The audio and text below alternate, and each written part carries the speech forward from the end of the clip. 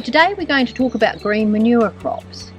I've got this bed here that I tried out for the first time last autumn, and I had really had disastrous results. So I've left it and it's been growing weeds ever since. So this morning I've dug it over and now I'm going to rake it out and then sow my green manure crop. The green manure crop will take about 6 to 8 weeks to grow and it'll get up to about this high. I'm going to use mustard, and then when it's grown we're then going to cut it down, chop it up and return all that green growth into the soil, which will improve the soil structure. The roots will have broken up the soil further down and we will be returning all the nutrients that were in the mustard into the soil. And this morning I dug this over and left any old weeds sort of get killed off with the sun. And now I'm just going to level this out. It's very cost effective because you only need 5 grams per square metre, which is not very much. So it's just a matter of broadcasting the 5 grams on the ground like this, not too thick. So this is our patch of finely sown mustard seed, and the next thing to do is to rake it in lightly. Don't rake it in too much because it's very fine seed and you don't want to cover it over heavily. And in about 6 to 8 weeks this seed will have grown fully and will be in flower, and then you'll have to dig it in. Hi again. We're now 6 weeks on since I sowed my mustard crop, and you can see it's grown really well, nice and thick, and it's just coming into flower. So now I'm going to dig it in, and which will just mean I will chop it in half, and chop it in half probably again, and then dig it over and return all that foliage and root system into the ground.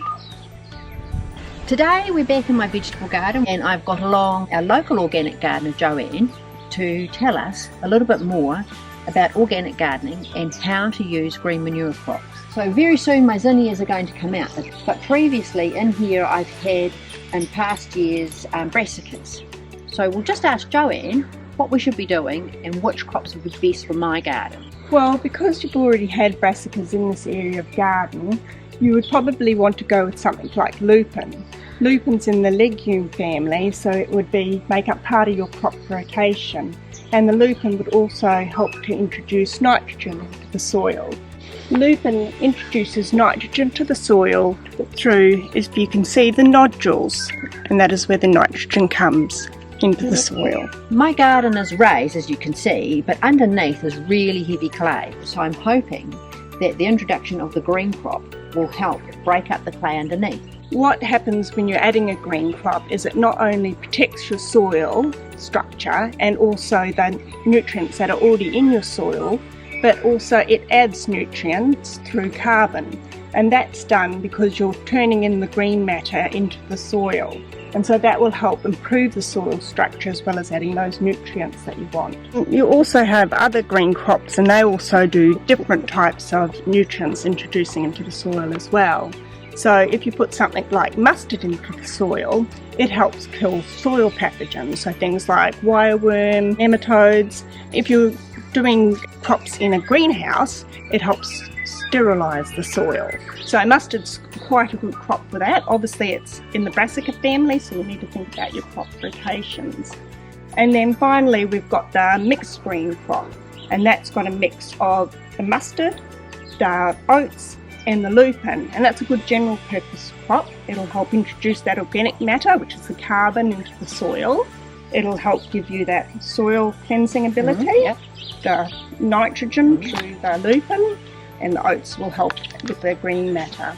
So that's quite a good general purpose crop to have into the soil if you've got any bare patches. And what it does is it suppresses any weeds. So if you've got a bare patch, then you won't have the opportunity for weeds to germinate as well. And it's silly to leave your vegetable garden. If you're not going to use your vegetable garden over the winter, which some people don't, you should make it do something for you and improve your soil structure at the same time. And one other thing, birds love the seeds. So it's a really good idea if you want to net your seeds until they germinate, and then they leave them alone, because otherwise, especially for the mixed crop which has got the oats in it, and even the mustard, they will pick at it, and you'll get a less of a coverage. Okay, so you could put a netting on, sort of like I've got on my silver beet up there, just to make sure that the birds don't take them away. It's a wonderful idea. So Joanne, when would be the best time for me to sow my green crops? Well, it's best to sow in autumn while it's still warm, before you have frosts. You can also sow in spring, but that is using different types of green crops for spring. And if I've got a new garden, say, and I'm not quite ready to plant, and perhaps it's autumn, would it be a good idea to just sow a green crop right the way through so it's actually doing something beneficial for me all winter? Yeah, that's a great idea. It'll help suppress the weeds and it'll also improve that soil structure and add the nutrients before you start planting in spring. Oh, that'd be great. And so instead of seeing weeds through that new garden, I'd actually be thinking, oh yes, I'm doing something. It's a great idea. Thank you and happy gardening.